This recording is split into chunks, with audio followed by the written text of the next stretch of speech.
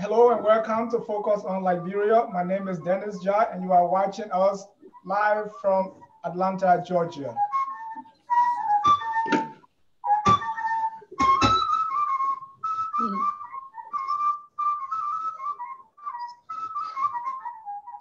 This is a continuation of our series, Liberians Making a Difference. And we have with us tonight two Liberians who are definitely making a difference, and we're going to be introducing them shortly.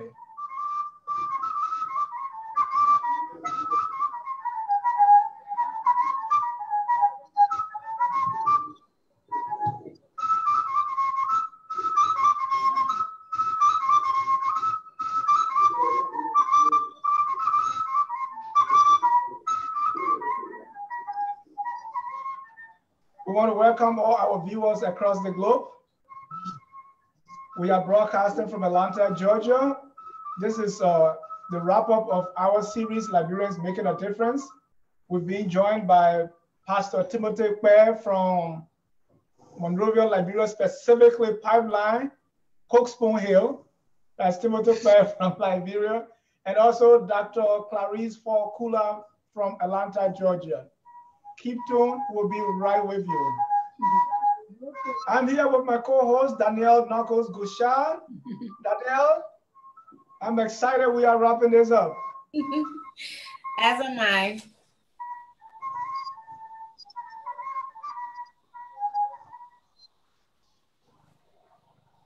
Again, ladies and gentlemen, my name is Dennis Jai, along with my co-host, Danielle Nougbode-Williams. This is a continuation of our series, Liberians Making a Difference. We have Pastor Timothy Kpeh from Liberia, that is Monrovia, Liberia, and also Dr. Clarice Ford-Kulah, right here from Atlanta, Georgia. Danielle, you take it away from me.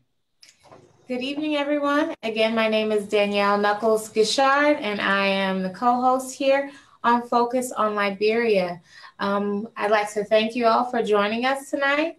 And I'll also take this moment to remind you to please friend us on our person page, which is the page you're viewing this program on right now.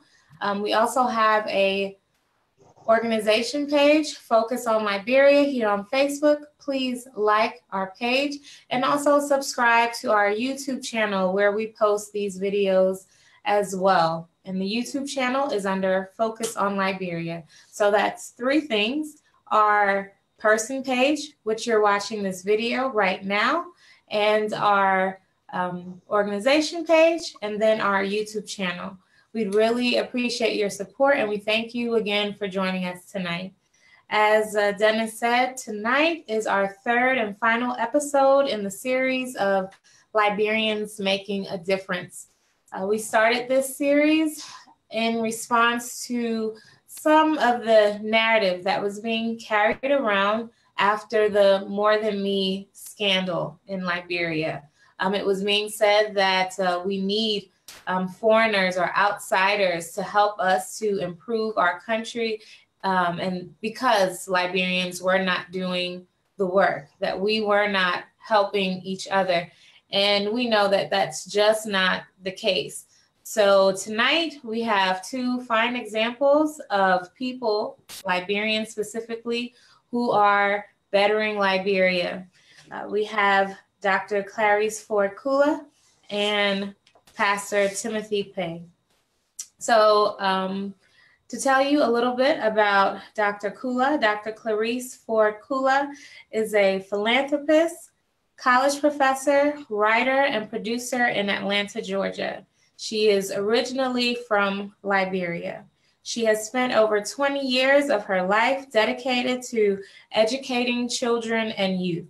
She serves as a professor at a local Georgia college, owns a preschool in Lawrenceville, a school in Liberia in partnership with two friends, as well as a performing arts school in Liberia with a partner that caters to children with special needs and kids from lower socioeconomic areas, giving them opportunities to participate in dance, music, acting, and filmmaking courses that they would not have had the opportunity to be a part of.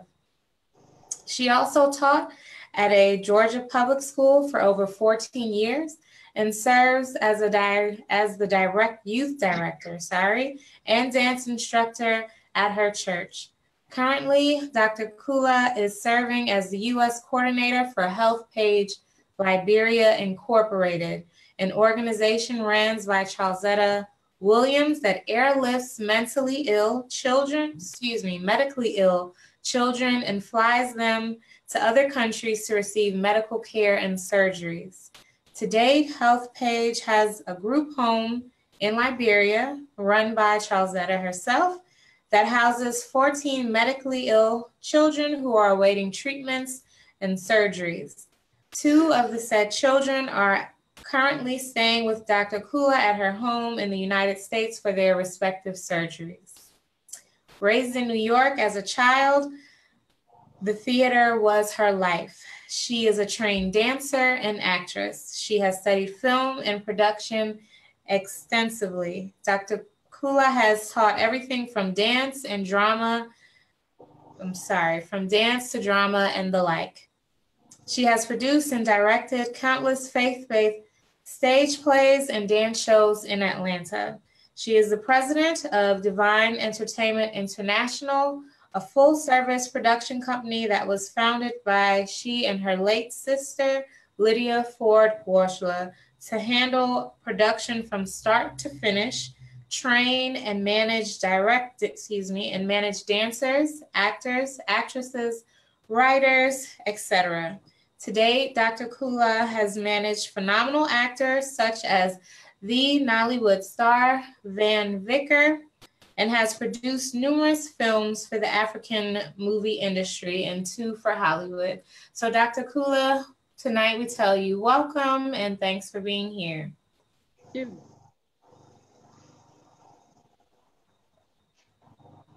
Okay, and next up we have Pastor Timothy Kpeh.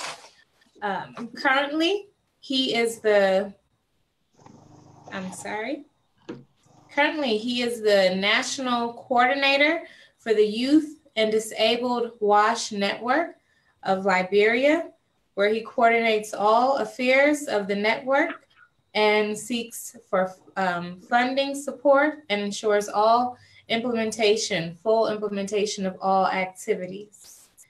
He is also the founder and National Executive Director of United Youth for Peace, Education, Transparency, and Development in Liberia. He serves as the key management leader, and he's responsible for overseeing the administration, programs, and strategic plan of the organization. And he is the pastor in charge of Christ Foundation Church since February of 2017, and he oversees all activities of the church. So Minister Kpeh, we tell you welcome and thank you for being here. Thank you for the opportunity. Dennis? I'm sorry, Dennis, you may be on mute. If you are on Facebook, please share comments and join the discussion. Back to you, Danielle. Okay, so let's jump right into it. Minister Kpeh, can you please tell us a little bit more about your organizations and exactly what it is they do? All right. Thank you so much for this great opportunity. Rightly, as you said, I'm here to talk about this new vision that God has given to us in Liberia that we call it Build Liberia. And what we do is to empower poor children across the country to bring back the hope of Liberians who are out of the country by being so transparent in what we do, and then to provide health services for those children and women, including persons with disabilities, who cannot afford through personal donations on Liberians all across the world. So this organization is about all Liberians who have decided to bring change into our country. We are like tired sitting back, seeing other people, foreigners, coming into our country in the name of they have come to do development. But then at the end of the day, we are marginalized, and then we don't realize the real developments they intended to do. So we have reached a point where we Liberians, we have to now take the leads. And therefore, God is using us to bring that change that we want to see in our country.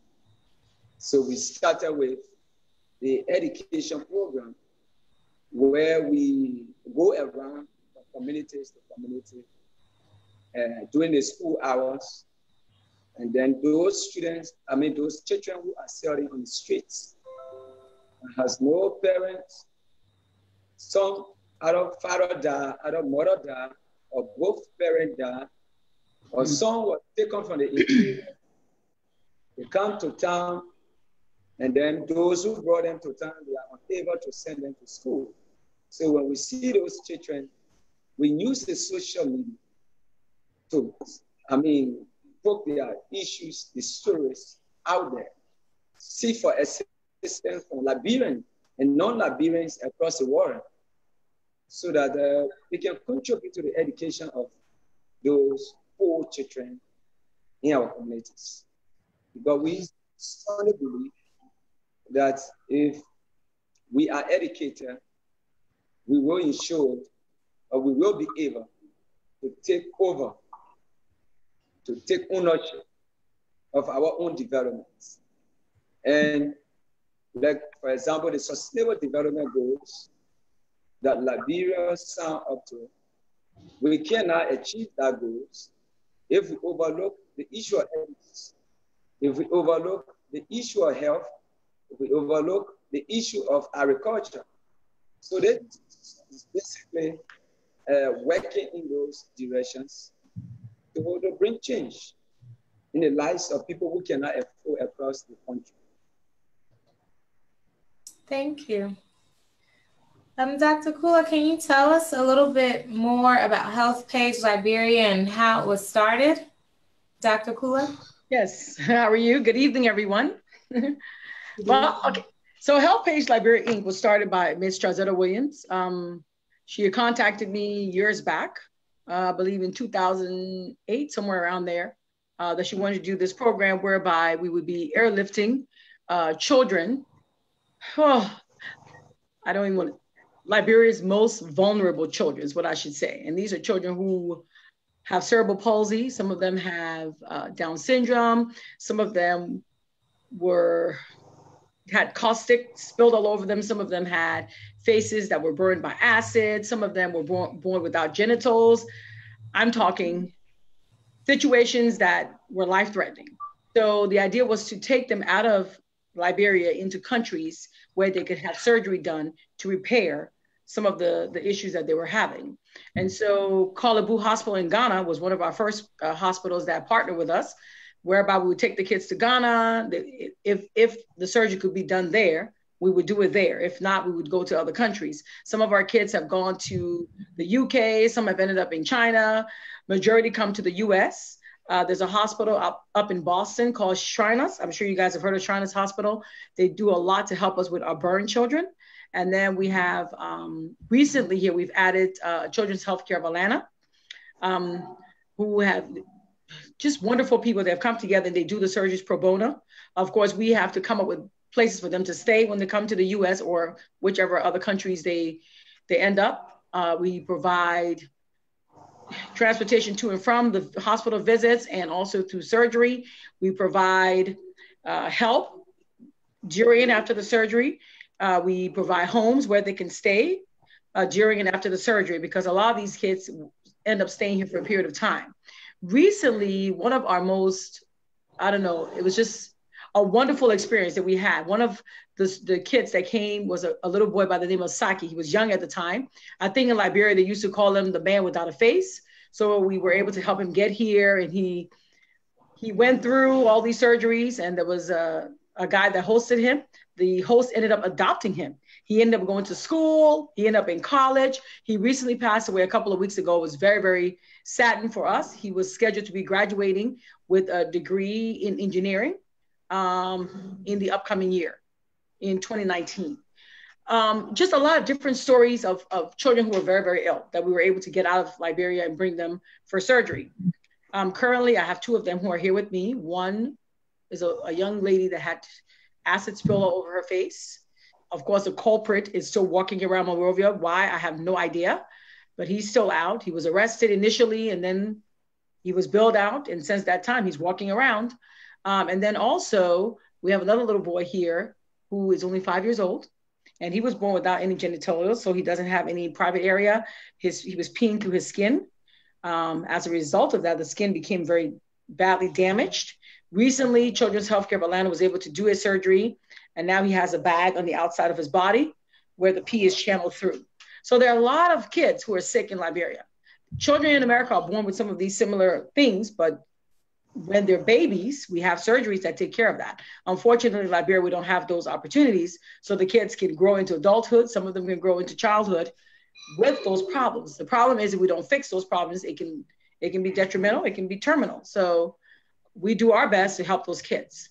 Now, the second phase of HelpAge is the group home that we house 14 kids, which right now we're having a lot of financial situations with that because we're not really getting help the way we would like to have help.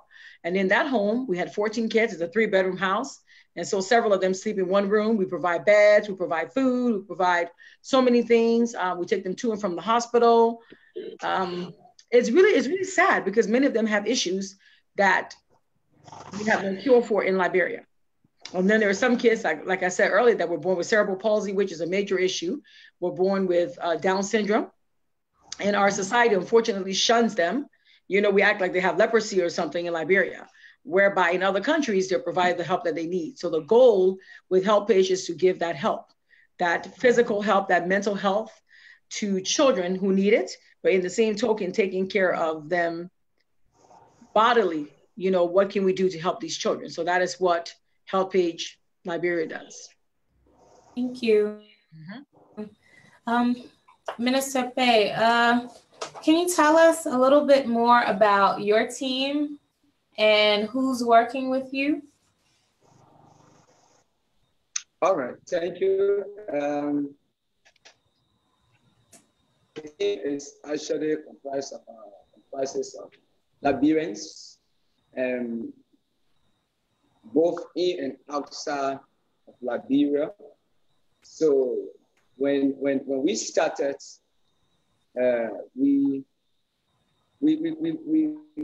while going around from one community to another, we have Liberians from all over the world. I mean, using the social media, when they see the case, they identify and say, look, I want to sponsor the child. You know, and as we move to another community, you see more Liberians coming. I want to sponsor this child. I want to sponsor the child. And this is how we started. We started when this is where we were demanding that, oh, we want our money, you know. So we decided to go out to actually show to the world why we really need, we cannot afford, I mean, losing 16 billion if that money was very missing. So while showing that the condition of the blind, the condition of the children who are still in the streets, and Liberians across the world decided to pick those children and say, Pastor Kpeh, I think I can sponsor the child. Pastor Kpeh, I think I can sponsor the child. So we structure ourselves in a way where we have Liberians from the US, Liberians from Switzerland, Liberians from France, and other areas, other countries. We are like working together. So, for example, right now we have our finance minister, somebody who handling the financial issue for the institution, sitting way in America, and then help to gather all the small donations, because when we started, all of the time we'll be running to the bank, to go to Western Union, running all around, and now we are putting more time in, taking care of the children. So we said, look, since we have other persons who want to contribute out of Liberia, we need to have somebody special that will do that. And then we pick another person who is serving as the foreign minister for us, as we can say. So that person deals with all the foreign interaction, for example, for us to appear on this great and unique show. It is the effort of that person, one Emmanuel, lives in the US. And we have another lady who lives in Switzerland. She does most of the writing. She is the secretary, and also the program is also based in Switzerland. So there are Liberians all over the world who have come together to bring together our expertise. And then on the ground, we have our set up a board that is headed by Pastor Flomo, who is there to advise us, to provide all the guidance. And we got another person who is like a consultant to us. We call him Mr. Tan, who is helping to put together a lot of documentations. And then we have a team of volunteers who are working to teach in the schools where we get most of the students, because most of those people who promise to help, they have not been able to commit fully. So we can, allow the children to stay home. So we take them in a school that we have like control over, and then we have a lot of volunteers, teachers going in our school, Chairman, who is here with me, she heading that department, encouraging those volunteers, teachers, to keep teaching the children, to change the lives of those children. So we have a complete team. We at the local level here, we have our secretary, we have our finance are working on the ground. But again, we have more members out of the country, as compared to the member in the country, because there are many Liberians who are yearning for change. They really want to see this country improve, and they are trying to put together $1, $2, and we encourage all other persons, whether you are Liberians, whether you are not Liberians, to contribute to this great initiative. So we have a great team, and so we will need technical support in order to move the team forward. All right. So Timothy, you are, a lot of people across the globe know you when you started to film some of the garbage areas in and around Monrovia. Oh, yes. I have some pictures here that I want for you to speak to. So tell me about what really caused you to go out and start filming those areas, and what has been the impact of your live show from the garbage area. So as I said, for 2009, I have been working, like you see my profile. I have an NGO that really focus on advocacy in the water, sanitation, hygiene sector.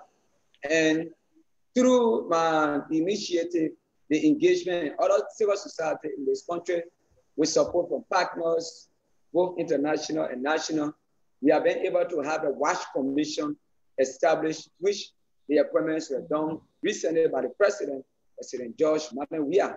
But then during the appointment period, I lobbied with the legislature to have a budget allocated for water sanitation hygiene activities across the country. And frustratingly, all of my efforts were downplayed by state actors. And then in the name of we don't have money in the country. So I said, okay, no problem. We'll continue to lobby, we'll continue to encourage international partners to come in. But then in the same way, we heard that $16 billion Liberian and it was missing in our economy. So it was something it was surprising to all of us. Why should we be living in this kind of condition and we are hearing that $16 billion is missing? So we all were we can believe it. So I decided personally to go out there and show to the world, see our living condition. If even that was an allegation, there is not a country where we have this kind of allegation where to the extent the U.S. will put a sanction on our banking system. So I went out there and then I showed to the world, see the sanitation condition of our country, see the living condition of the people in the land. How possible can this be that we are living in this kind of condition and we say system is missing? So we were the showing case of what is actually happening on the ground, and with the kind of news that coming off our country, I mean, that caused a lot of Liberians to say, look, we need to now wake up. We need to do this thing ourselves. So this group, we call it Build Liberia, and we are doing it by ourselves. Because all along, I mean, you depend on public officials, and you can't actually get the results. All of the time, the frustrating news that will come to us. So as we go out there, we show those conditions, we show the conditions of the people. There have been a lot of progress since we decided to show those photos. We decided to move into the homes of the disabled, of the blind, and those who cannot afford. As a speaker, the Pineville City Corporation, through our coverage, our continual engagement, our continual awareness, the Pineville City Corporation launched a campaign recently where they have to clean the whole of Pineville City. And if you follow most of my publications, you will see that there was a campaign launched in the net by the Pineville City Corporation where they were able to remove most of the garbages across Pineville. And I also moved in the capital city, Monrovia, where I was able to do the same.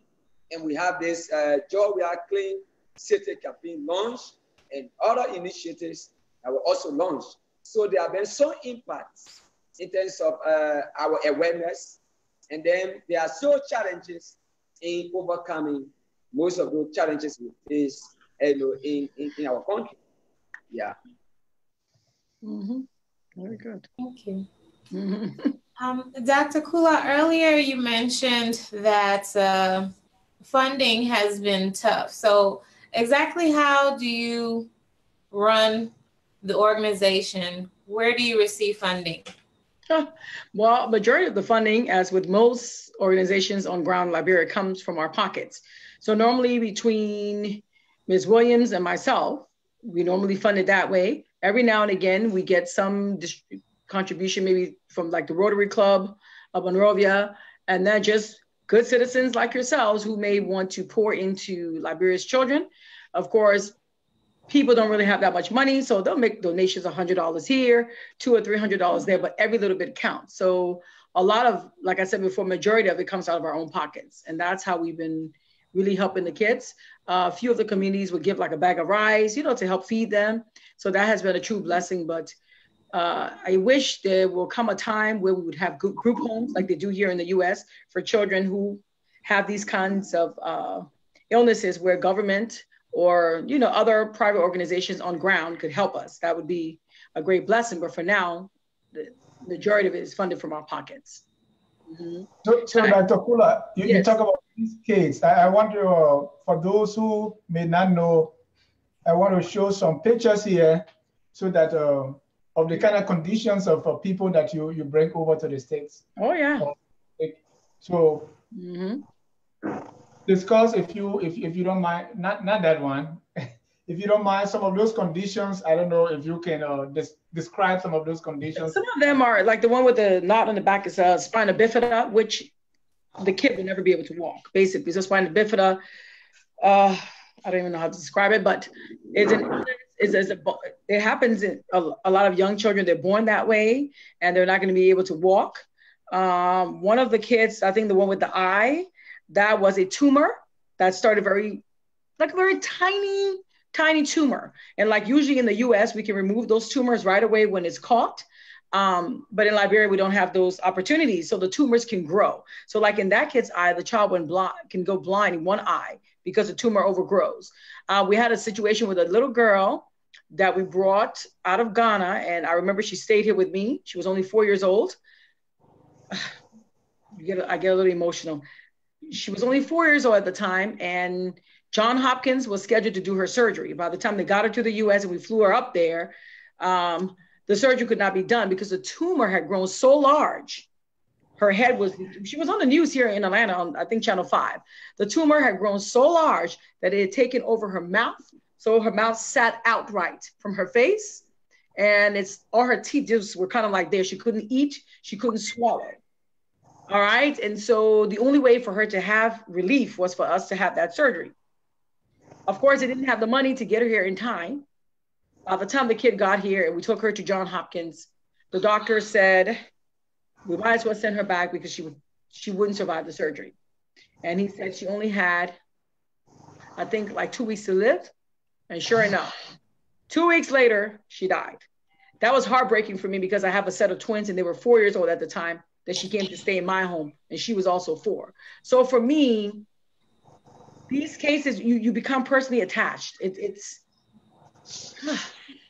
I pray for Liberia. I pray for the children of Liberia. I pray for the parents of Liberia, because being a mother myself, that's a hard thing to watch your kid go through something like that. And you know, there's nothing you can do within your power.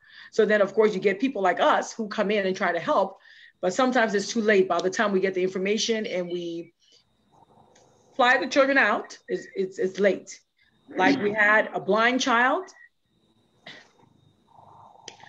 I flew with this child all the way from Ghana on a flight. One time I brought her from Ghana to Liberia because she had been at Kalabu getting some services. And it's a different feel. It breaks my heart personally as a mom, as somebody who's worked with children their entire life. Is heart-wrenching. There was another little girl, I remember talking with her at length. She would just smile at me. And then I came to realize she couldn't hear anything I was saying. She just kept smiling because she couldn't hear me. But at the time, I didn't realize that the child was deaf. There's so many cases like that in Liberia where we see children, we want to help them, but there's not much we can do because things have already happened. Then you have children that drink caustic, like one of the kids with the big tummy, I think she drank caustic. You know, there was a time where the mothers were making caustics to make money, and they were doing these things in their homes, and some of the children were coming around seeing that and just drinking it. Can you imagine that in your system, that those things were not meant to be drank, you know? And so we have all of those kinds of things going on. We've got children that are dying, that are suffering, you know? And it breaks my heart every day when I look back at Liberia from when I was there to what it is now. I don't know how to feel. It numbs you. You know, having worked with those kids, sometimes I'm numb. Like the one little kid that's here now, who, when I look at him, I remember when he had his first, he's having a second bout of surgery December 3rd. When we had the first one, he was in so much pain. And he looked at me, he said, why didn't you guys just leave me the way I was? Why didn't you just leave me the way I was? He would rather have been left the way he was than to undergo so much pain. You understand what I'm saying? That's how bad some of these situations are, is that the pain is so great that the children have a hard time. And so for him, coming out of that surgery and me watching him in that hospital, no mom, no dad, because you know the embassy is not going to give a visa for you to come with your kid. So the children have to be brought here by escorts. I can't imagine being 5 years old going through something like that without my mom or my dad. You see what I'm saying? But Dr. Kpeh, is there anything in Liberia whatsoever, you know, that even first to identify these children, how do you do that? I know they are not being catered to. Well, my mom, Ms. Williams, who happens to be my mother, she's on ground. So when we first started, she would go out and find the kids. Now people come to us. People leave children on the doorsteps. I was there visiting one time. A lady came in the middle of the night. It was 12:30. She wanted to leave her kid that had spina bifida on the stairs. You know, it's like they just come. They just find us and they bring the children, and we try to get services, but financially we can't do every kid, but we do the best we can for a majority of the children that we have. You know, because finding donors is no easy feat. Getting them to the U.S., we've been very blessed. A lot of organizations will help pay for the ticket. There's an organization in Florida, I believe is Save the Children. They help out a lot. So there's some good people out there who are trying to help us, but we identify the kids. Once they're brought to our attention, we take them to the hospital, we get tests ran, we figure out exactly what is the issue, and then we try to help them from there by sending them to other places. We talk to people on ground here in the U.S. that can house them and take care of them. And then, of course, it's the educational piece, because many of our students, many of our children, once they come to America or go to whichever country, most of them are poor. As you all know, not most, all of them are poor. They have no money. So when we return them to Liberia, they don't go to school. You know, many of them will be in a special needs program for the rest of their life because they can't really do for themselves. You know, we put their clothes on, we dress, and we have 19-year-olds that we dress who can't dress themselves, you know? And so I think I was explaining to Mr. Jah yesterday, and in lieu of what has happened with this whole situation with the school in Liberia, the school system in Liberia, a group of educated Liberians, I mean, well put together Liberians, we have come together and we have started a new foundation to help the public school system. So just like you have the Bridge program, just like you have any of those other programs, we are here to come into the public school, train the teachers. We are going to ask for a number of schools that will be under our guidance, and we will train the teachers, we'll help those students, we'll employ performing arts programs in the schools, we'll employ special needs program in the schools, because many of the kids that we bring for surgery when they return, they are special needs children. Nobody is educating them. We're acting like they have leprosy and we just shun them. We can't do that. We have to educate these kids. So you guys be on the lookout, because pretty soon we are going to go there, revolutionize and turn the school system around in Liberia, because there's no reason, as many of us that are outside who have learned so many great things from so many different countries, there's no reason why we cannot come back and do it for our own children. It's like me saying I have kids, but I want an outsider to come and educate my children. No, I'm the mother. I have to educate them. We're Liberians. We have to educate our own children. You know what I mean? And even education of parents, because a lot of Dr. Kulah, I know you wear so many hats, so we'll come to that point, and also the dance school in Liberia. But let's go back to Timothy. And Timothy, you have this program of finding kids. I watched one of your programs where you saw this little boy, Koko. You follow him to his house, and you were able to get him, and you say right now in his school. So how is Koko doing, and how many kids like Koko do you have in school now, and how are they being taken care of? All right, thank you. Yes, Koko, as you know, I met Koko after, like, I was in the community showing those deplorable conditions of the communities, that.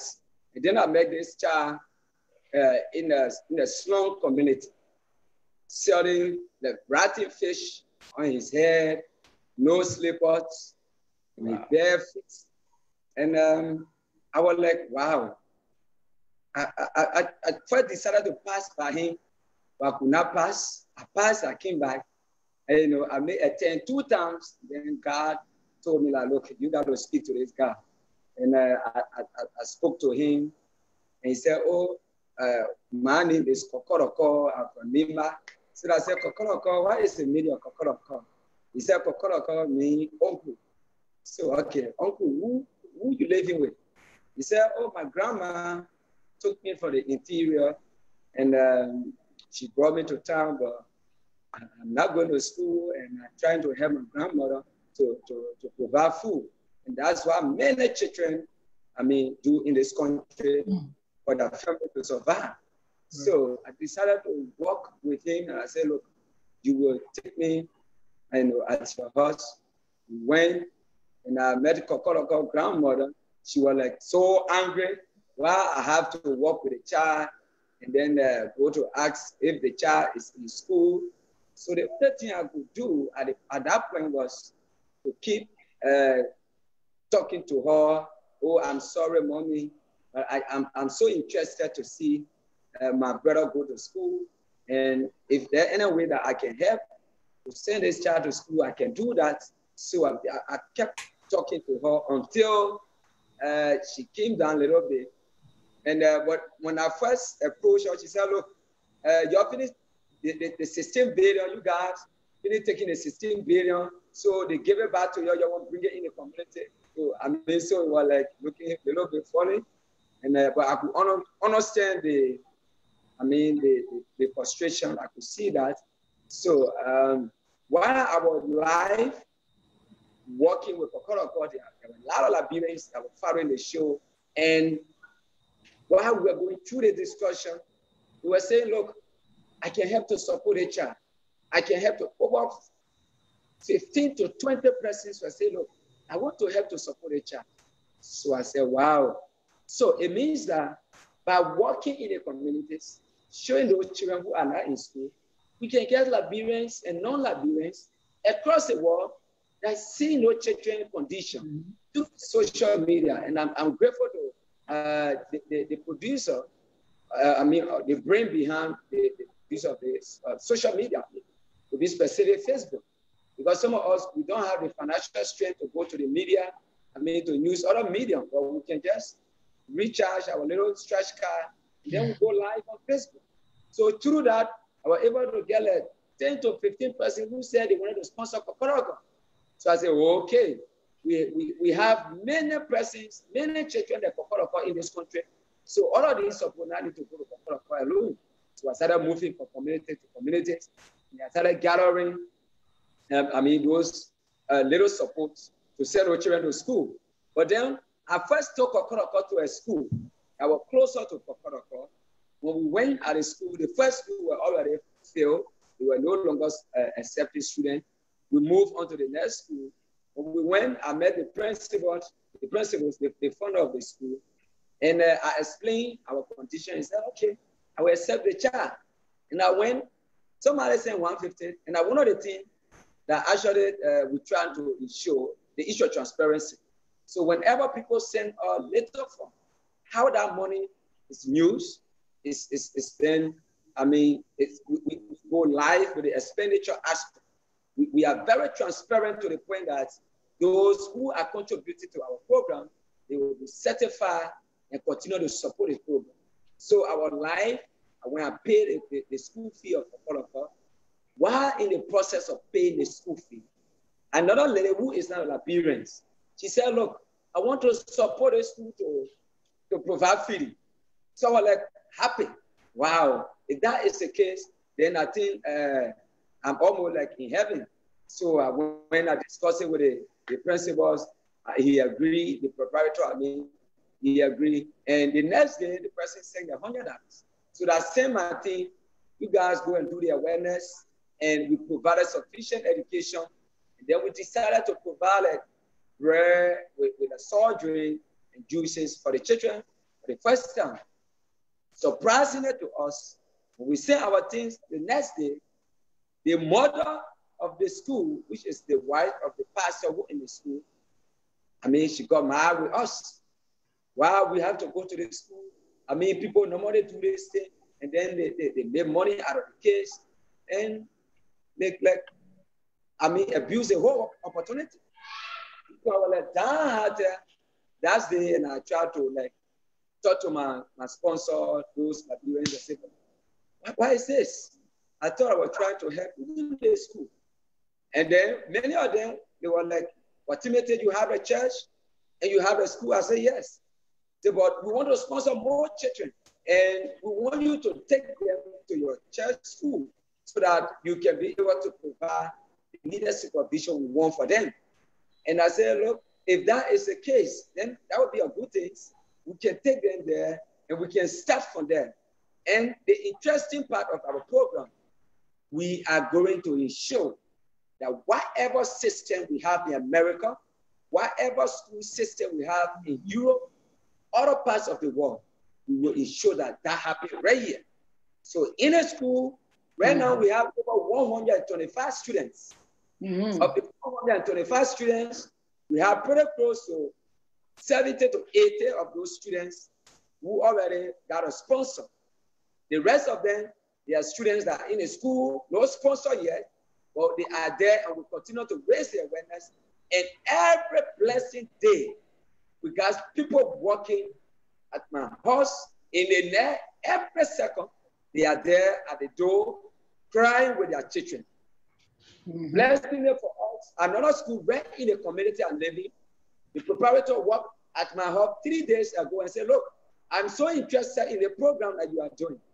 What I'm going to do, most of my students, they pay the 10 to 15,000 Liberian dollars. Because of the program, talk to the parents of those children that are coming, because your school is already packed, and I will level more students to go to school. I will drop the school fees. Some of them are paying 10,000, will pay the 3,000. Some are paying 15,000, will pay the 5,000. So right now I got another 50 students that are going to that school. Tomorrow again, another group will be going. So that's how we've been getting support. Liberians are contributing $2, $3, $100, $75. And we feed those children all day, and then we provide transportation for them to bring them home. Right now, I have only one car that I'm using for them. That's a Jeep. So I'm talking to the sponsor and other humanitarians around the world to help us. If you can donate $1, $1 US, that will make a great impact. We have right now, we got nurse, we got security, and we got hygiene promoter and other people who are working in the school, because we want to have a system that will be up to the task. A system where can represent Liberia any part of the world. That's the kind of system we're trying to build. Wow.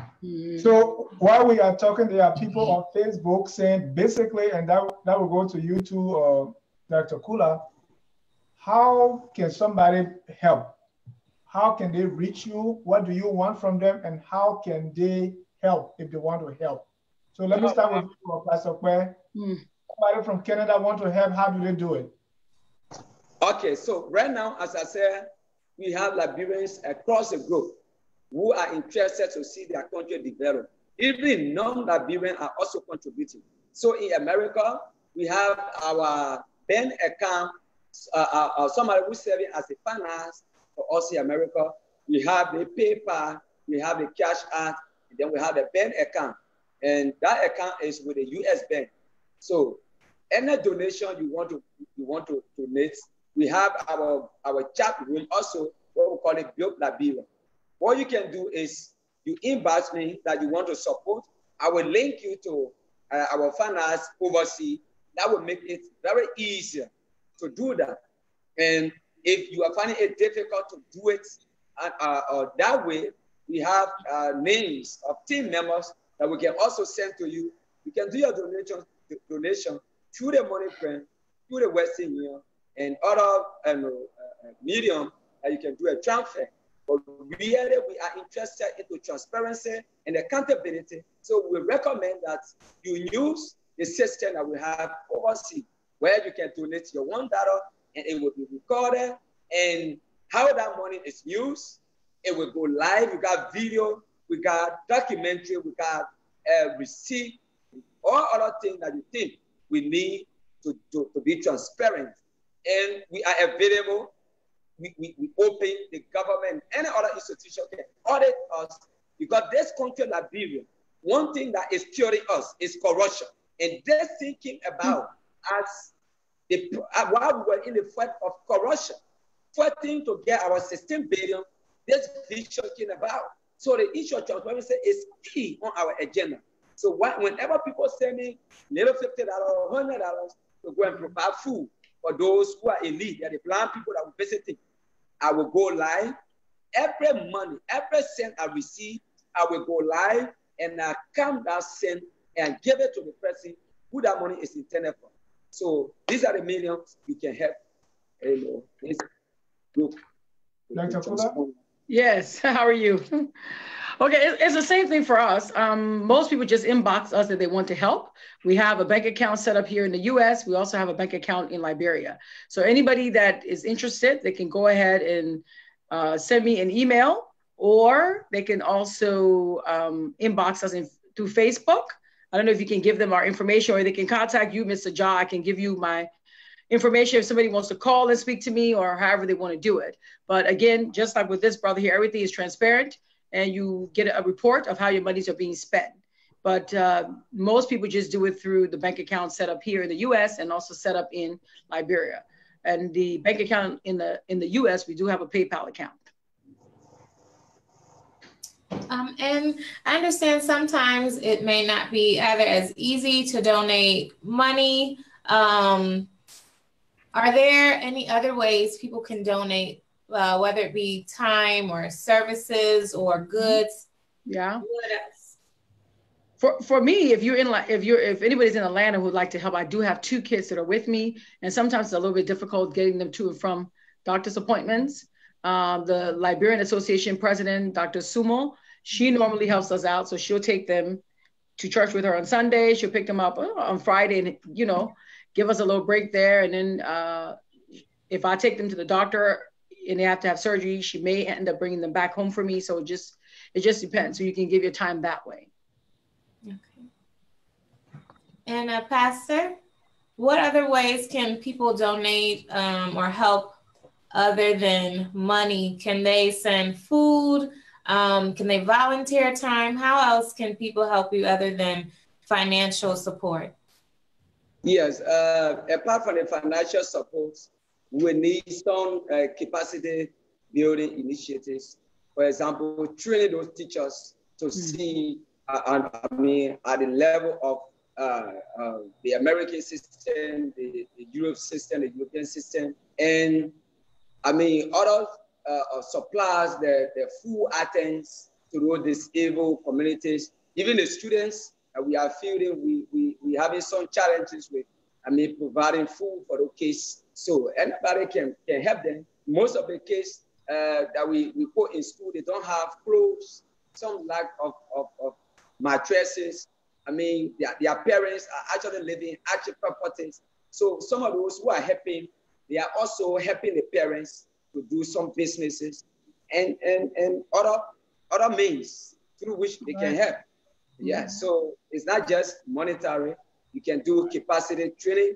You can do donations through materials, food items, and other means that you can contribute. Yeah. Okay. And you talk about training, Pastor. So I'm glad that you and Dr. Kpeh are here together tonight. Yeah. Dr. Kpeh explained about another foundation that she and another group of educated Liberians are starting. So I think it would be great for you guys to work together. And so I hope you guys can work together. Oh, yes. We'll definitely link up. We'll definitely link up. Yeah. To see her in Liberia, because that is a great initiative that we would like to be part of. Because we need qualified teachers to prepare qualified students. Exactly. Yeah, we'll be more than happy. Our team, we're hoping to be on ground early January, and we'll give all of our services to help. We're bringing some very qualified teachers from here. So, and these are people who have had 20, 30 years of experience working in the school system here. So we look forward to working with you guys and partnering to do a few things. Thank you so much. No problem. You're welcome. So, Dr. Kpeh, besides Kpeh, you have acting background, and you started with a partner, a dance school in Liberia. Talk to us about that and our viewers. Okay, well, that's the thing. And a lot of the students we have come from the West Point area. So we started off as a for-profit, and we had to end up like a nonprofit because many of the parents are not able to afford anything right now. So we ran a summer program this summer. The goal is to have this as an after-school performing arts program where children come, we help them with their homework, and then they select which performing arts they would like to do. This summer we did acting, we did dancing, we offer ballet, we offer, a jazz class. We offer, of course, hip hop because all the kids love it. And we have musical instruments. So some of them you can pick if you want to do the guitar, the violin, or play the piano, whichever you prefer. And then we have teachers that do a little, an acting class, which teaches you how to act. So if you're interested in some sort of filming, you have to be trained in that capacity. The goal for me is I would love to have children programming going on in Liberia. I remember when I went to Liberia as a kid, there was some programming on TV, some comedy things, that the kids could watch. And a lot of the shows came from the US. What we would like to do is the children that we train at this school, we can even use them to create some television programming for children, because that's one of the things that we lack in Liberia. I would love to see the alphabets being taught, like we have Sesame Street in the US. I would love to see things like that on the TV. So the goal is to get people to sponsor the students that attend.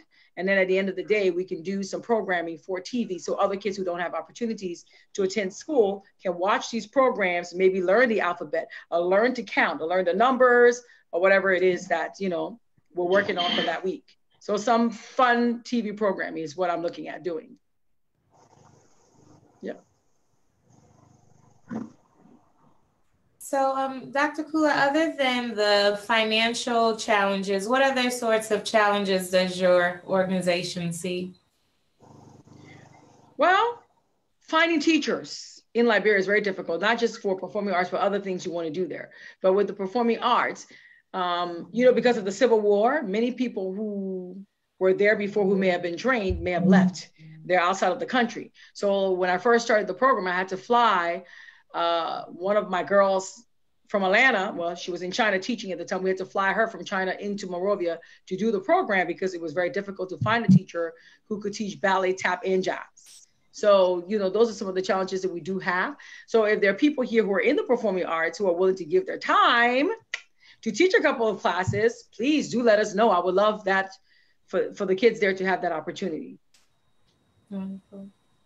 And Pastor, same question for you. Other than financial challenges, what other challenges do you face, whether it be infrastructure or just organizational? What other challenges does your organization face other than money?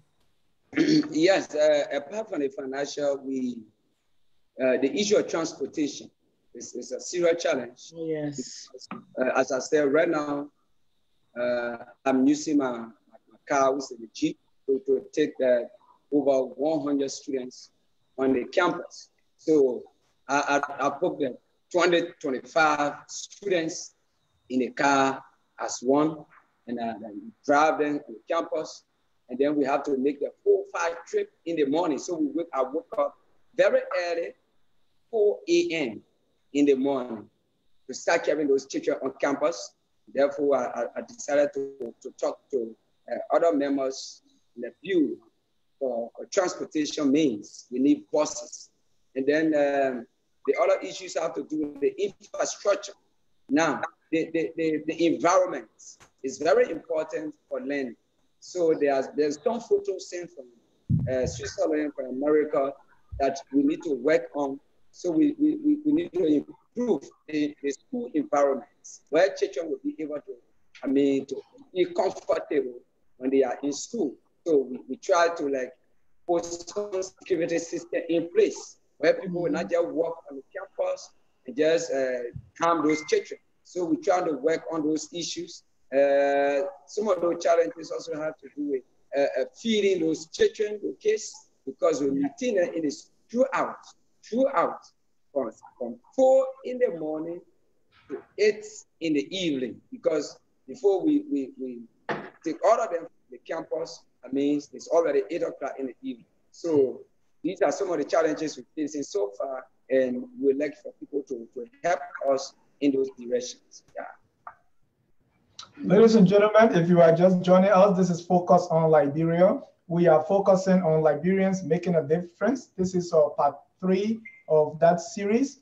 We have Pastor Timothy Kpeh from Monrovia, who is making a difference, working with getting kids that otherwise wouldn't afford to be in school, getting them in school. That's almost around 200 of those kids in school being sponsored by fellow Liberians from Europe, America, and other parts of the world. We also have Dr. Clarice Ford-Kulah, who's helping to bring kids who would never get those kind of medical treatment. They have severe chronic medical issues, bringing them to the States and taking them to other parts of the world to get treatment.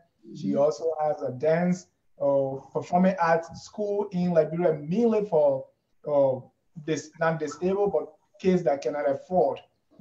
So if you are on Facebook watching us, please take their contact and see how you can help to be part of this. We know Liberians are people with good heart, and we can all do it, but we have some, as Pastor Timothy stresses all the time, accountability and transparency.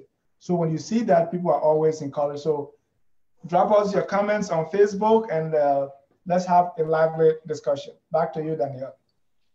Yes, Dr. Kula, oftentimes people expect the government to do everything.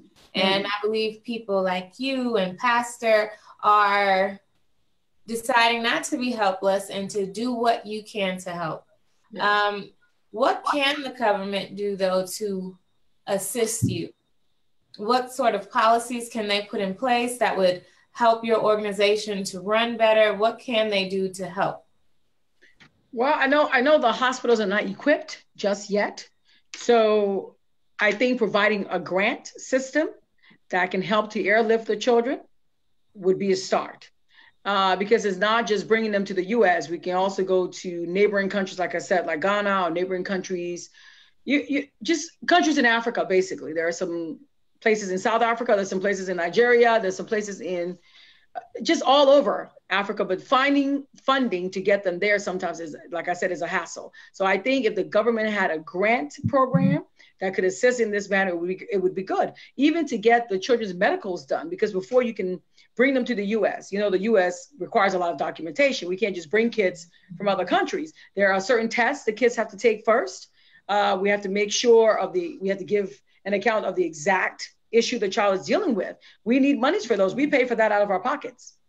You know, if there was a grant system set up at the hospital saying that, if, you know, these kids come from Health Page or whatever, and they need these services, they need these tests to be ran, you know, you guys go ahead and do that. That would help. Because then you're not looking for money to do that. You see what I'm saying? Because it's very difficult to get all those things done. A major issue for me in Liberia is vaccinations. The little boy that we brought here, I've been paying money out of my pocket to get him caught up on his vaccines. He came with a yellow book, but there's no real vaccines in the yellow book. So as a result, he had to start off like a baby would, taking the very first set of shots and going on. We're still taking shots as of today. He's been here since April. So getting vaccinations done in Liberia would be a great help. You know, getting the testing that we need would be an even larger help because the parents don't have the money to do those tests. Therefore, we come out of pocket. And I think if they can provide some sort of grant that can help with the home, because many of these children can't live at home with their parents because the parents can't take care of them. A cerebral palsy child needs to be in a group home unless the parent's going to be at home watching them 24/7. There was a little girl, one of our students who is Down syndrome. She was raped at the age of 4. Who does that? Because the mom was out in the market selling, left the kid at home, and somebody molested her. That breaks my heart. She has Down syndrome. She couldn't fend for herself. She couldn't do anything. She was just a baby, and that happened to her. So not only is she suffering physically, but psychologically, that messes up a person's mind. You know, she's 10 years old now. She's still struggling. So if they could provide some services for psychological issues, that would be a great blessing too. So I think setting up a grant or a foundation that could help with these kinds of issues would really help us. Pastor, I have the same question for you. What sort of policies do you think the government can put in place that would help make your job and the work that you do easier? Well, I think, as you said, the government cannot do all. Mm-hmm. And one of the things that is lacking is the issue of sustainability in our country, simply because most of those developments have been undertaken by partners in the government. They are not community driven. So this process is a process where Liberians themselves are taking on the initiative. So I think that we encourage the Ministry of Education to have some level of assistance given to our programs. Right. Let's try it the other way and see what will make the difference. All along, we've been having foreign institutions coming to help our education system 12 years plus, and we're still in the process of a massive education. And national exams, students are performing very poorly. Yes. So I think this come around, let them try, the Liberians themselves. We got great ideas, experts from across the world that we can make use of for us to test. We always say, no, government is this, government is that, and some of us, we don't just believe in just blaming government. Well, if you follow my initiatives, I'm always recommending solutions. I'm always in the process of supporting government to implement development agenda. There's no way that we can achieve the sustainable development goals without having the citizens themselves to take action. And this institution, as I said, it is called Build Liberia, where Liberians themselves are taking the lead. Let the government empower us and they be the monitor. Let them monitor us and be the one to criticize if it's going wrong. Provide all of the necessary capacity and monitoring and expertise so that this kind of program can go worldwide. Right. With this program, we can get our needed support from government. We can assure you that within no time, in the next 1-2 years, you will see the education sector of this country, I mean, will be very well, yes, I mean, improved to another level. Trust me. Can I add to that, to what he's saying? Yes, go ahead. Yeah, I second what he's saying. Really, I've been saying that for a long time. It's going to take all of us coming together to help the government, but the government needs to be open to what we're trying to do. Like with the program that I was explaining to you guys earlier, a bunch of Liberians have come together. We want an opportunity to come and serve in our country, because like he's saying, only we can build our country. Nobody else is going to do it, at least not the way that we can. So the goal is to get that help from the government, and then also we as citizens coming together and doing some initiatives on ground that would be sustainable. That's the only way that we're going to help our kids. So for me, this new opportunity, this new foundation that we started, that's going to allow us to educate those teachers and teach the students, and create new platforms in Liberia, clean or better schools in Liberia, provide toilet facilities in the schools. Only we can do that, but we have to be in partnership with the government in order to do that. That's my 2 cents. Okay. All right, there's thoughts on Facebook that I want to bring to your attention from Arthur Testimony Ziama. Say, hope this process can be expanded to other political subdivisions of Liberia. I come from all the way behind God back, in Chino County. Any plans to expand your programs for Help Page and also the performing arts? And Pastor Timothy, what all you do? Any plans to move outside of Monrovia? Yes, like as I said, there's a new vision, and we are going to go across the country. But we're starting with Monserrate. We want to have a system. We're trying to build a system that will be decentralized to the rest of the counties. A system that others can come and learn from. A system that even the government can come and say, look, I think that is good for our country. So it's a system that we're going to put in place. And then by next year, I can assure you, we try to move to the closer county first, after we have done with Monserrate. And then the following years, we move on to the other counties. For the first anniversary celebration, we'll be launching a 5-year strategic plan, where we will be for year 1, year 2, year 3. What are we going to do? How are we going to do it? Who are those that are responsible? So these are the things that we'll be doing. There is a strategic plan that we're going to launch that will talk about decentralizing our activity, because Monserrate is not Liberia. I can tell anybody. Exactly. It's not Liberia. If you really want to see, and you just imagine Monserrate or where we have work of the schools, if you see this kind of thing happen, how about Sando? How about Riverside? My own country are coming from, where you got only one high school in the whole of Riverside. How about Sando? So we have to move from county to county.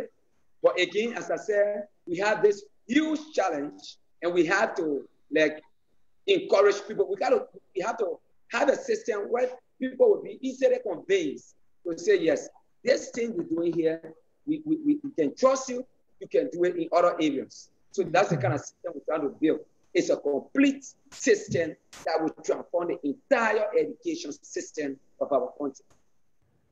Dr. Kula, any plans to get kids from Fisibu or Kolahom or Bokondre? We have the little boy that's here now. He's from Lofa County, and the girl is from Bassau. So we do have opportunities where we get kids. Help Page gets children from all over Liberia. And even the program that we're starting now for the education sector to help the public school system build up, we are starting with 10 schools, 2 of which will be in 5 counties. So we're going to start with 5 counties, not just Monserrate, but 4 other counties, and then we'll grow from there. But the goal always with us is to expand and to be able to help everywhere, because it's just like the pastor is saying, if Monrovia's school system is looking the way it is, can you imagine what it's like in the other places where we don't have as many opportunities, to have school? So yeah, we help pages everywhere, and this new program we're starting will also be in at least 5 counties, and then we'll take off from there. All right, politics in Liberia sometimes gets in the way of everything, and I want to start with you, Timothy, on this one, because at one point, and I have a picture of you here where you were in jail, and people said it had to be political. I know you would talk to me about that incident, but my question is, most of the time politics get in the way, where as soon as you start doing something, maybe people start to petition you to run for representative or run for senator or get out. So at some point I wrote an article, nobody's home, because like trained teachers were leaving the classroom and running for elected position because they have more money. So, or sometimes things get political and you have some roadblocks because maybe you're getting popular more than the guy who wants a political job and is not getting popular as you are. What are some of your experience dealing with politics into your institution, or even people trying to get in your way because what you are doing is taking maybe popularity away from them? Well,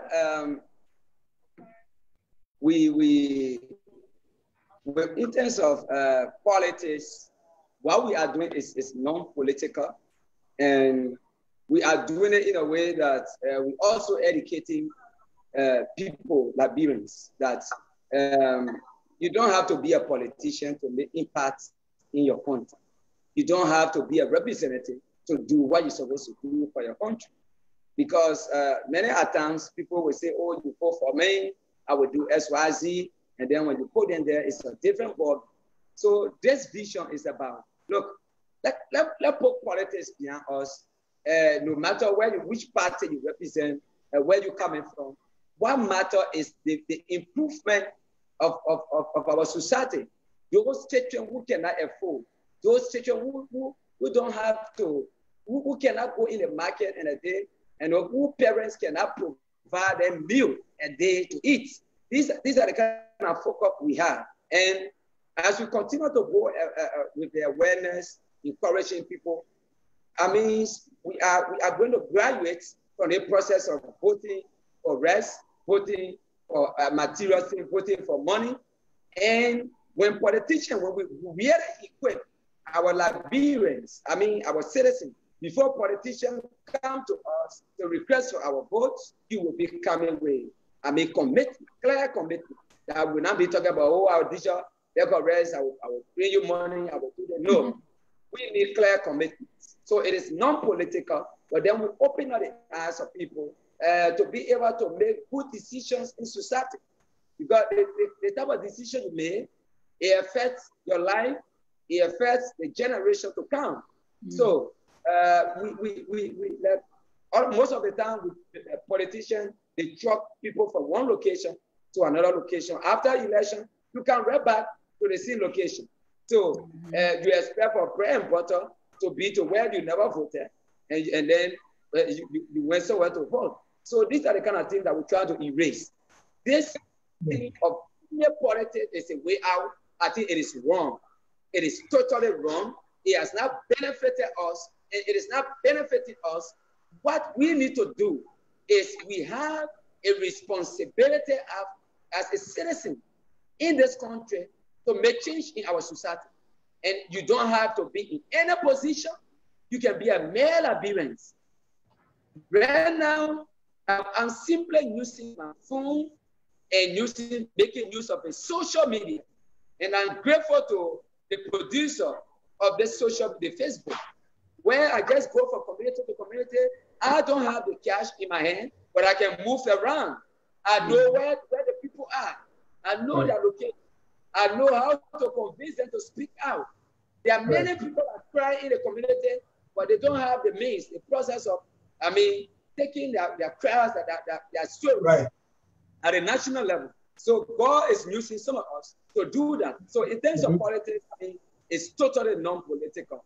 The last time you saw me, going to jail, I think that was like an incident that occurred, in a band, and that is presently in quotes. That is presently in quotes. But then that was really towards fighting against corruption, as I said. And as we come as, you will get the further detail, the conclusion. But that has nothing to do with government. And absolutely, government has no role to play in this situation. There is a situation between Ben and myself. And that have to do with incident that occur, and then that issue we try to raise the awareness around that, and the other party took it the other way. So we ask God, at the end of the day, we'll come up to a solid conclusion. Right. And Timothy, the reason I brought that up is, and I linked that to politics, is when that picture came up that you were arrested, many of the people that are political, mainly on the internet, they took a political route that you were being arrested because you were showing the dirt in and around Monrovia, and the politicians, the government didn't like that, and that's why you were in jail. So that day they took to Facebook, and here are some of their comments, as you will see. One comment said, Liberia is sad. We have a pastor on the prisoner bench at the court in Pinsville without charge. Some will live feed and say you were being jailed because you were exposing the government being dictatorial, didn't like that. This is the type of country our people are living today. We have no freedom of speech. Even helping the poor, they want to arrest you. We got your back, Timothy. So this was good awareness though, but I'm saying some of these issues can be easily politicized. Your comments. Yes, Reckon, as you said, some of those issues, most especially during the time of that event where we were like really on fire for our 16 billion, and then having those kind of things happening. People thought that that was the government, but we're gonna show the public that we are well protected, and even the government appreciate what we are doing, because the government is not everywhere. That means we are the one that need to help the government to raise the awareness. And as we raise the awareness, we recommend the government, and for the level of advocacy we do, there's no day that we go on social media to abuse the government. No, we go there, we identify the issues, and we recommend solutions. Today, you go to Pinsville City, you got a lot of progress that have been made, except with Central Monrovia, where the people water is still running up and down, but we're still encouraging the government, to do more. And we will continue to raise the awareness. But actually, what happened, it was like something that had to do with a private institution and not the government. But at the time, the incident occurred, so many persons concluded that I think that was the government that was doing that. But again, when those things happen, the way sometimes the government, other officials, taking, for example, I was at police station going from here and there for like a month, which I just supposed to go through a 3 days process, and then I was then forwarded to court. So these were some of the things that are very happy, and as it continued to happen, people outside, who normally, they have different thinking too. They will consider that, they will conclude that this is what the government is doing. But we're going to show you that this government is actually protecting us as citizens, because we are here to help the government. Without us, government can move forward, because we are the one that's supposed to help the government. Someone said, civil society is the engine of the government. We recommend, we have created laws, policies in the country that we recommended to the government, and today we have agency of government established in this country. So we are not bad people, we are good people, and our government is also good to us. Dr. Kulah, some who run NGO, like come from here and go back to Liberia, sometimes one of the problems they face is that as soon as they reach there, people try to petition them to run. Have you had the experience where people thinking that you are doing all you do because you want to elect a position? Of course they do. Most people think that, especially in the education sector. They think you want to be minister of education, or when you do medical things, they say, oh, you want to run for some position at the Ministry of Health. That's not the case. Many of us, we're here, we have our families here, we're not trying to go home and take people's jobs. We're not trying to run for anything.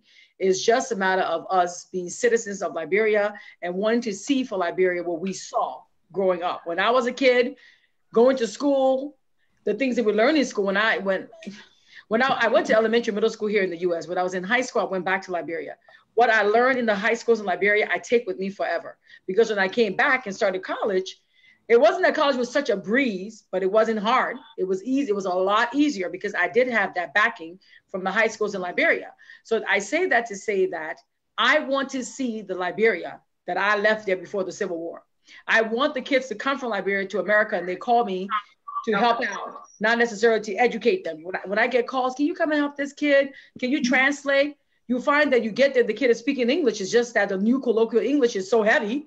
Nobody's understanding what the kids are saying. And then you test the children, you find that a lot of our kids are so far behind, you know, in education. So what we want to do, it's not to run for positions or do any of that. I just want to give back to my community, to my society, to my country. You see what I'm saying? So I let them know right away. I'm not here to run for anything. I'm not here to take anyone's job. I'm only here to do what I can in my way to help my people and my children, basically. Well, thank you, Dr. Kpeh. We're going to close the curtain shortly. So what are your final thoughts for us tonight? Final thoughts. Well, I believe that together we can do anything. As Liberians, we're very intelligent people. If we come together as a group, like the group I was telling you guys about, that we just recently came together to help the education system in Liberia. When I look at us, the meetings we're having, no one's arguing, nobody's cursing anybody out. We're all just getting along because we know the common good. We know why we're doing this. My thoughts are, if we all come together as Liberians and help the initiatives, whether it's like Pastor Timothy said, $1 here, $2 there, whatever it is, that we can just help. It means a lot, and it goes a long way for the children of Liberia. Those are my final thoughts. Okay, and please remind everyone again about the names of your organizations, how they can reach out to you, and how they can help. Well, for Help Face Liberia, Inc., it's the same thing. I mean, the best way is to inbox me, whether it's on Facebook. My name on Facebook is Clarice Ford-Kulah, and I think it has a picture of the movie Providence, because somebody has created another one. Or you can email me at kulahc@hotmail.com.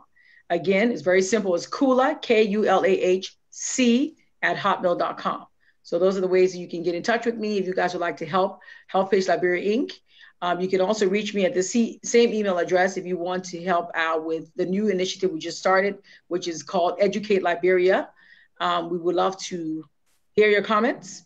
You can either send me an email there, or you can send it to educateliberiango@gmail.com. So either one of those emails, I'll get your message, and then we can move from there. Thank you. Thank you. Minister Kpeh, what are your final comments? Well, again, I'm grateful to God for giving us this great opportunity to appear on this medium where other Liberians and non-Liberians across the world will listen to the story of Liberia. And all I can say is, for the past 2-3 weeks, with the level of progress we have made, it is simply because of the love of country. Yes. And I want to encourage every Liberian across the globe, including the government, that we need to hold together. We need to work together. Yes. We have been sitting so long. We have been sleeping so long as Liberians. And we expect an angel to come from heaven and do what we're supposed to do. Now that we have realized that we are the ones that's supposed to develop our country, we are encouraging every single Liberian to come and work together so that we can develop this country. It is only us, with the support from others across the world, that can change this place to be the place we want it to be. So, for example, in other land, we've already seen the changes in the hospital. Bring that idea to us, and we'll bring it right here in our land. Yep. And those who want to support, we are encouraging everyone, be it Liberians or not, to donate. We are accepting even $1 US. We are accepting that. Because if I got a 20,000 person donating $1, I mean, that's a huge amount that can transform many children's lives, and improve our health sector. So you go on my page, that's my real name, Timothy Kpeh, my email address, my contact numbers there. You can inbox me, I will connect you to our chat room where we got a lot of Liberians across the globe. As part of that chat room, and I'm grateful to all of the officials of this organization, Build Liberia, that are all over the country, all over the world, that are contributing to the process. Very soon, we'll be completing our website that will be sending out there. And people will go and see some of the things that we are doing. But right now, you go on my page, you will see all the videos, all of our activities, all the evidence and success stories that you want to see. They are all on my page, on my Facebook page. So thank you so much for this forum. We are grateful to you. What you have done is more than contributing to the country. Before we leave, I know, Timothy, there was a promise that you have some of your team members with you that wanted to just greet us. If they are still available, we want to just hear them say hi and bye. Okay, so Pastor Flomo, you can come over. We have Pastor Flomo here, who is the advisor for this group. And we also have Brother Cody. Brother Cody, please come forward. Setema, the volunteer, the leaders who encouraging the volunteers teacher. Because when we took those children in the school, there were need for more teachers to come on board. And those teachers, the school never planned for them, so they have to volunteer to do the work. Brother Cody is the engineer coordinator for us, because Build Liberia, one of the things we are doing, we are encouraging all Liberians to come back home. You contact us, we'll get land for you, we build your house, and we turn the key over to you. So thank you so much, Pastor Flomo. We are awaiting you. So you can sit down and get to your introduction quick. Your name and teacher. One second. So your name and what you do for Build Liberia, just. That's what I mean. The help for the volunteer teachers. For the volunteer teachers. Thank you so much, Sister Thelma, for what you do. Brother Colin? And you will speak GC also. Yes, my name is James Colin, engineer for Build Liberia. Okay. And what Pastor Timothy was saying, wait, Colin, what Pastor Timothy was saying, Colin, way small. What Pastor Timothy was saying is, if I want to build a house in Johnsonville, my own house, not for anybody, but you were saying I can contact or Build Liberia, you will build it for me, I'll give you all the money, you'll build it for me. We'll do it for you. And in foreign company was to charge you, 1,000 to build a house.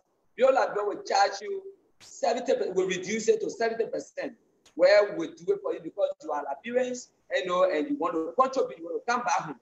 And so we're doing that offer also. Yeah. This much, Chani. All right. Members number of the program and okay. Yon Lachi, Abiola. Oh, okay. Thank you. Balika.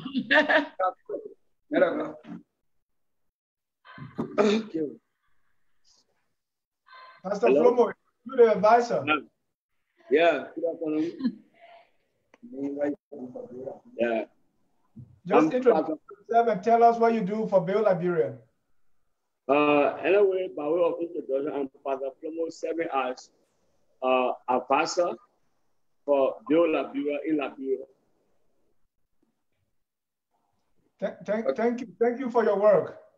Okay, thank God. All right, so yeah, quickly before I leave, the issue of corruption is not just in government. It's more than in the home as compared to the government. People out there, they want to come back home. They want to develop their country, but their family members here are killing them. Yesterday, I just from survey 10 acres of land. 10 acres of land somewhere for somebody way up there who want to come back home and do development. There are people who up there, they have buy land more than 4, 5, 6 times. The land can be available. They are saying money to build house more than 10 times the house can finish. These are things that discouraging more Liberians not to build in a country. It's not that they don't have money. It's not that they want to come back home. But our attitude, they are so wicked to the extent that We don't want to help our family members to come back home. Build Liberia, we are going to change that situation. All you need to do, get to us. We give you the price of the land. We put in all the legality system in place. We build our house for you. We turn the key over to you. Trust us. We can do it. Amen. Yeah. Ladies and gentlemen, once again, this is Focus on Liberia. We've been speaking with Pastor Timothy Kpeh of the Build Liberia Foundation in Liberia. He's joining us right there from Cook-Spoon Hill. That's in Pipeline Road, Monrovia, Liberia. And also we have Dr. Kulah, Dr. Clarice Ford-Kulah. Ladies and gentlemen, it's been a pleasure having you. Mm-hmm. This is a wonderful opportunity for us to let the world know that Liberians are making a difference, that everything in Liberia is not bad. Yep. We have a little sparkle, and there's one educator said, whatever you focus on grows. So we at Focus on Liberia try to focus on the good things that are happening in Liberia so that it's going to spread to other people, so that someone can watch Pastor Timothy's examples, or someone can watch Dr. Kulah's example and say, I can do that too. So we can have that little child who can say, well, politicians are not the only people that I can admire or emulate. I can also look at Dr. Clarice Ford-Kulah, or look at Pastor Timothy Kpeh or Pastor Flomo and try to emulate their example. So we are really excited about this series, telling other Liberians and other partners that they are Liberians making a difference. And with the help of every one of us, we can make that country a true, glorious land of liberty under God's command. Danielle, your closing comments, and we can close down. We can close without telling all of you by Facebook watching us. Thank you so much. The lady who contacted you, who made this show possible, that's our guest relations manager and our product engineer, Mrs. Stephanie Cetro. We want to say thank you so much. Thank you. Danielle, your final thoughts to close the broadcast. Yes, thank you again to our guests, and thank you to our viewers. Viewers, please remember to friend our account, Focus on Liberia, like our Facebook page, our organization page, Focus on Liberia, and please subscribe to our YouTube channel, Focus on Liberia. I also want to remind everyone that there are Liberians doing not good work, but great work for Liberia. So I also encourage you during this holiday season to give what you can, whether it be monetarily or in goods or in service. All of these organizations that we featured over the last 3 weeks can use your help. So during the holiday season, when you're in the comfort of your home in the diaspora and you have access to great medical care, you have access to clean running water, you have access to great plumbing that leads to great health and hygiene. Remember our brothers and sisters who are in Liberia and who don't have access to all of those amenities. So give what you can, whether it's monetarily, through goods or services.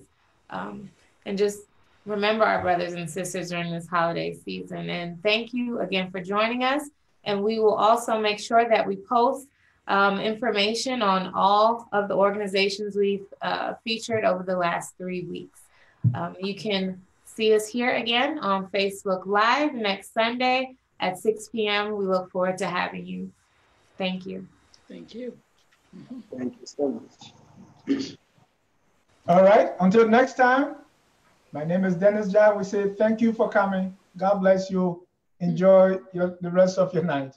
Bye-bye. Bye.